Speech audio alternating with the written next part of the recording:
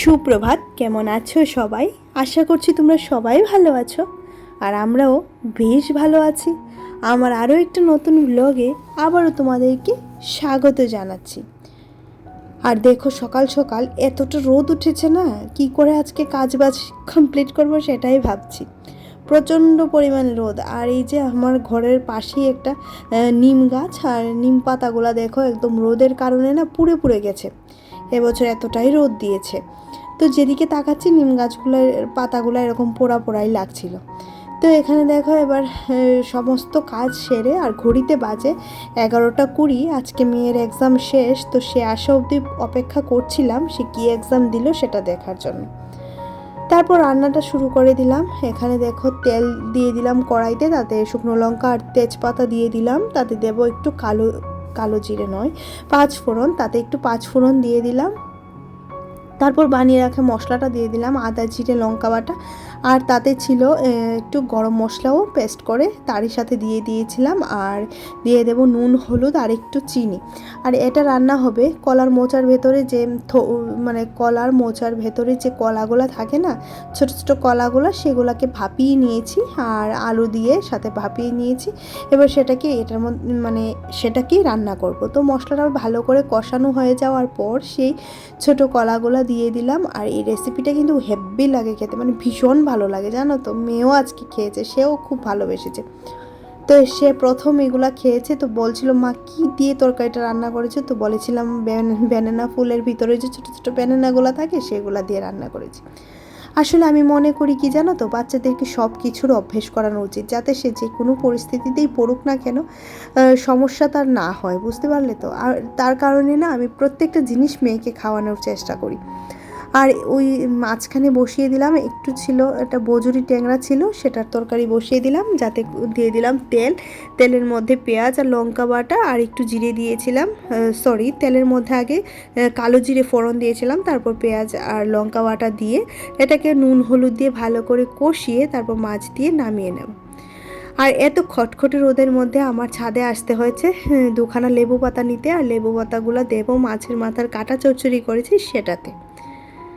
আর এই লেবু পাতার গন্ধটা না কাটার চচ্চড়িতে খুবই ভালো লাগে, যার কারণে এত গরমেও লেবু পাতা নিতে আসতে হলো। আজকে তো এতটা গরম দিয়েছে কি বলবো। তো এদিকে এসে দেখছি এটাকে টানানোর জন্য রেখে গেছিলাম যে মোচার তরকারিটা, তো সেটা হয়ে গেছে। এবার ঘরের পাতা ঘি একটু দিয়ে এটাকে ঢেকে রাখলাম, বেশ ভালো গন্ধটা ছড়িয়ে যাবে। আর এখানে দেখো মাছের মশলাটা কষে আসার পর, মাছ বেশি ছিল না, একদম অল্প পরিমাণে ছিল, যার কারণে এবার মাছটাকে মশলার সাথে ভালো করে কষিয়ে অল্প একটু জল দিয়ে তারপর নামিয়ে নেব। একদম গামাখা করে রান্না করব। আর আজকে আমার বোনের বাড়িতে আমাদের সবার নেমন্তন্ন আছে, তো যার কারণে একবেলারই রান্না হচ্ছে, দুবেলা রান্না করতে হবে না। তো এদিক থেকে বেঁচে গেলাম, রাতে রান্না বান্না বাসনপত্র ধোয়াধুয়ি কিছুই করতে হবে না, বোনের বাড়িতে যাব। তো একদিকে কি জানো তো, সংসারের কাজগুলো যেরকম একটা নেশা হয়ে গেছে, কোনটার পর কোনটা করব, কোনটার পর কোনটা করব না, সেটা অভ্যাসে পরিণত হয়ে গেছে। আর এই অবস্থা হয়েছে এখন, কাজবাজ করতে করতে না কাজগুলো যেরকম হাতে এসে পড়েছে, এখন আর কষ্ট হয় না। আর কষ্ট হলেও আমি আগে কাজবাজ সেরে নিই, তারপর অন্য কথা। তাহলে দেখবো কাজের মধ্যে কাজের মতো কাজ পড়ে থাকবে, আর আমার কাজ কমপ্লিট হবে না। সেই কারণে যত কষ্টই হোক না কেন আগে রান্নাবান্নাটা সেরে নিই, কারণ রান্নাবান্নাটা করাই যত ঝামেলা। কারণ এত পরিমাণে গরম পড়ে, আর আমার রান্নাঘরটা ভীষণ গরম হয়, ভীষণ গরম, যে না আসবে একবার সে বুঝতেই পারবেন। তো যার কারণে একটু তো অসুবিধা হয়, কিন্তু অভ্যাস হয়ে গেছে, আর মানুষ অভ্যাসের দাস। আর আমি এমন একটা মেয়ে যে কোনো পরিস্থিতিতে আমার নিজেকে মানিয়ে নিতে পারি। তার কারণে যে ভালো দামি ঘর চাই বা দামি জিনিসপত্র চাই, দামি কি বলবো, কোনো কিছুই সেরকম আমার প্রয়োজন হয় না, আমি সব জায়গাতেই নিজেকে মানিয়ে নিতে পারি। তো রান্নাটা শেষ করে বাসনপত্র মেজেছি, আর এই কয়েকটা বাসন পরে মাজবো, আগে জাম ভর্তাটা বানিয়ে নিই, তারপর জাম ভর্তাটা খাবো, তারপর এই কয়েকটা বাসন মেজে নিলেই আজকের মতো রান্নাঘরের কাজ কমপ্লিট।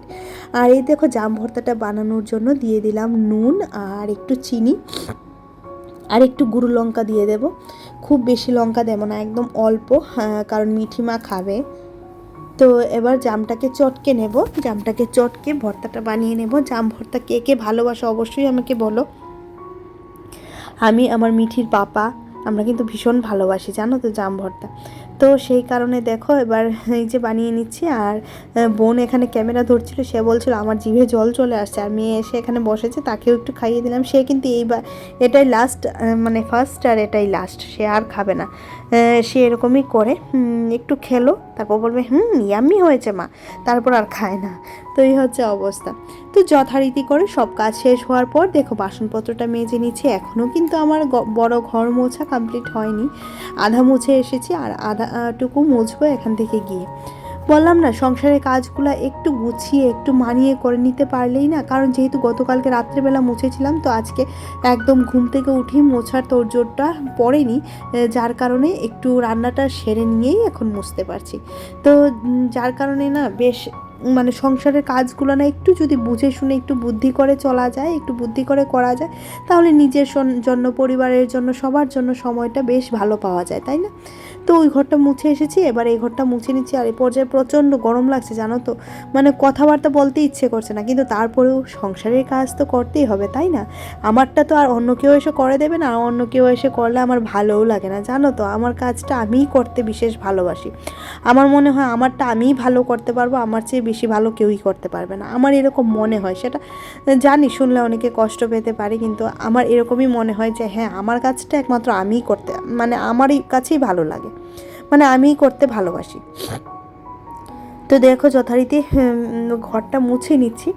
আর ঘরটা মুছে এবার সোজা চলে যাবো রান্নাঘরে খাওয়া দাওয়ার জন্য, কারণ খাওয়া দাওয়া করে এসে একটু আজকে শুতে হবে, কারণ শরীরটা বিশেষ ভালো লাগছে না, একটু জ্বর জ্বর সর্দি সর্দি লাগছিল। তো এই যে মাছের মাথার কাটা চচ্চড়ি, আর এই যে ছোট ছোটো মাছের তরকারি একদম অল্প করে, আর এই যে ঢেঁকির শাক করেছিলাম রসুন ফোড়ন দিয়ে, আর এই যে মোচার তরকারি, প্রত্যেকটা তরকারি অল্প অল্প, আর যেহেতু শুকনো শুকনো সবগুলাই লাগবে, আর এদিকে শসা পেঁয়াজ আছে।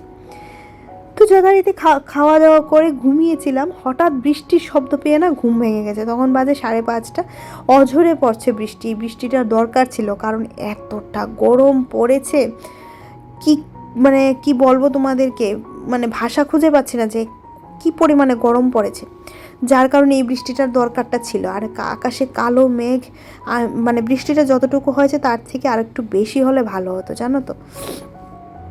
তারপর দেখো সন্ধ্যাবেলা মা পুজো দিল, তারপর সবাই মিলে চললাম বোনের বাড়িতে। আর বোনের বাড়িতে গিয়ে সবাই আবার একটু আনন্দ টানন্দ করবো। আর বোন আসাতে না, মানে বোনের আগরতলাতে বিয়ে হওয়াতে না আমার বেশ ভালো হয়েছে, জানো তো। যখনই মানে মামা মামি আসে আমরা একবার যাই, বা মানে আমার বাড়িতে কেউ আসে তখন যায়, মামা মামি আমাদের বাড়িতে আসে, এটা বেশ ভালো লাগে। কিন্তু এত বছর তো আমার আপন বলে কেউই ছিল না, তাই না? এখন তো যাক, নিজের বোন বাড়ির সামনে আসাতে একদিকে একটা সুবিধা হয়েছে। তো এখানে মিঠি এই যে যাচ্ছে, আর আমার মিঠি হচ্ছে এখানে এ বাড়ির, মানে বলতে পারো আমার বাবার বাড়ি এদিকে সবার নয়নের মণি, জানো তো। তো মিঠিকে সবাই যথেষ্ট ভালোবাসে, আর মানে মিঠি সবার চোখের নয়নের মণি। আর এই যে দেখো এবার আমার বোনের বর সবাইকে চিকেন আর রুটি খাইয়ে দিচ্ছে, মানে পাউরুটি খাইয়ে দিচ্ছে। এটা হচ্ছে ওদের টিফিন। এখন বাজে মানে এখন বাজে রাত 9:45। এটা টিফিন খাচ্ছে, বাজছে কখন খাবে সেটা ঠিক ঠিকানা নেই, তবে ওরা উঠলেই আমরা খেয়ে নেব, কারণ অনেকটা দূর যেতে হবে। মিঠির পাপা তো আসেনি, একা একাই যেতে হবে, তার কারণে যতটা তাড়াতাড়ি সম্ভব চলে যাব। আর মামিনা আজকে কী করেছিল, আমার মানে গতকালকে নোনা ইলিশের বড়া করেছিল চাল কুমড়ো পাতা দিয়ে, তো সেটা বলেছিলাম যে আমার জন্য আজকে করো না, কালকে করো যেদিন আমি আসবো। তো মামি আবার ও করেছে, কিন্তু আমার জন্য রেখে দিয়েছে, জানো তো। যেরকম মানে আমি যেরকম ভালোবাসা পেয়েছি, আমার মিঠিও কিন্তু ইকুয়ালি ভালোবাসা পেয়েছে। মানে আমার মামার বাড়িতে যতটুকু না, মানে কি বলবো জানো তো, বাবা নেই, আমার মামা কিন্তু আমাকে সেটা বুঝতে দেয় না যে আমার বাবা নেই, কিন্তু মামা সবসময় এই জিনিসটা ধরে রাখে যে ওর বাবা নেই, আমি ওর মাথার উপরে আছি। তো এখানে দেখো এবার সবার থেকে বিদায় নিচ্ছি। তো চলো আজকের মতো টাটা, বাই বাই। ব্লগটা কেমন লাগলো অবশ্যই জানাবে। টাটা।